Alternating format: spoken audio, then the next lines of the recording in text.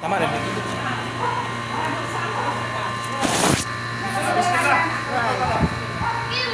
Na, sige. Payungin na si Jack. Ha? Nasaan ka sa bala? Atras, krus ka lang. Di ka pa magayas. Di ka na po magkaya. Mag-atras ko. Video lang ka na, video. Hoy, video. Yahoo! Yeah! Yahoo!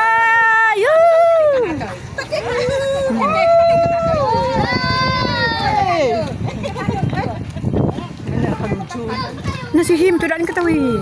Kadi, pero ubos sila sumumbak. Sumumbak pa man sila. Sige, tukik yun mo. Kita man sila dapin na mga abay. Usaya na to. Uwe, dito sa school. Yaha! Yoo!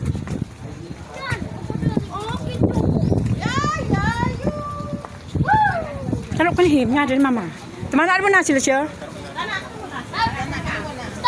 Stop muna, stop.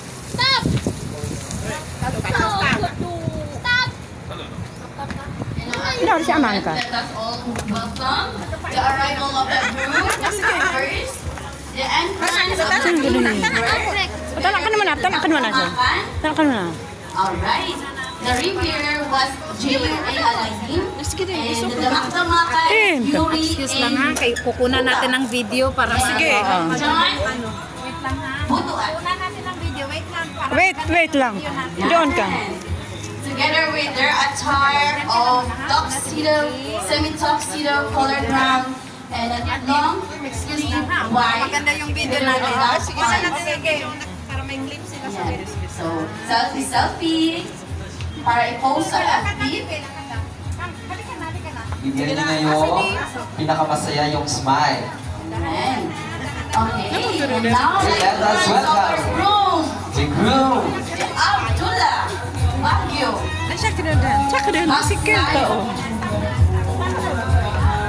Together with his abas from the bride's relatives, Mansur, Yuri, Hayden, Soto, and Andren, Junior Mama Lupong, and my Aba. Okay. Let's all witness the ramping.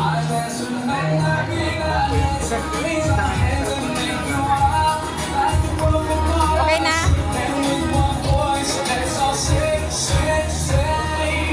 Smile naman dyan, mga Peter, mga damak-damakan. Dahan na. Yan, ang pogi ng groom. Saan ba magmamana sa Baguio pa? Yes naman, partner. Yan. We're going to visit the Baguio family. We are now witnessing the final entrance of the groom together with the abats. Hi.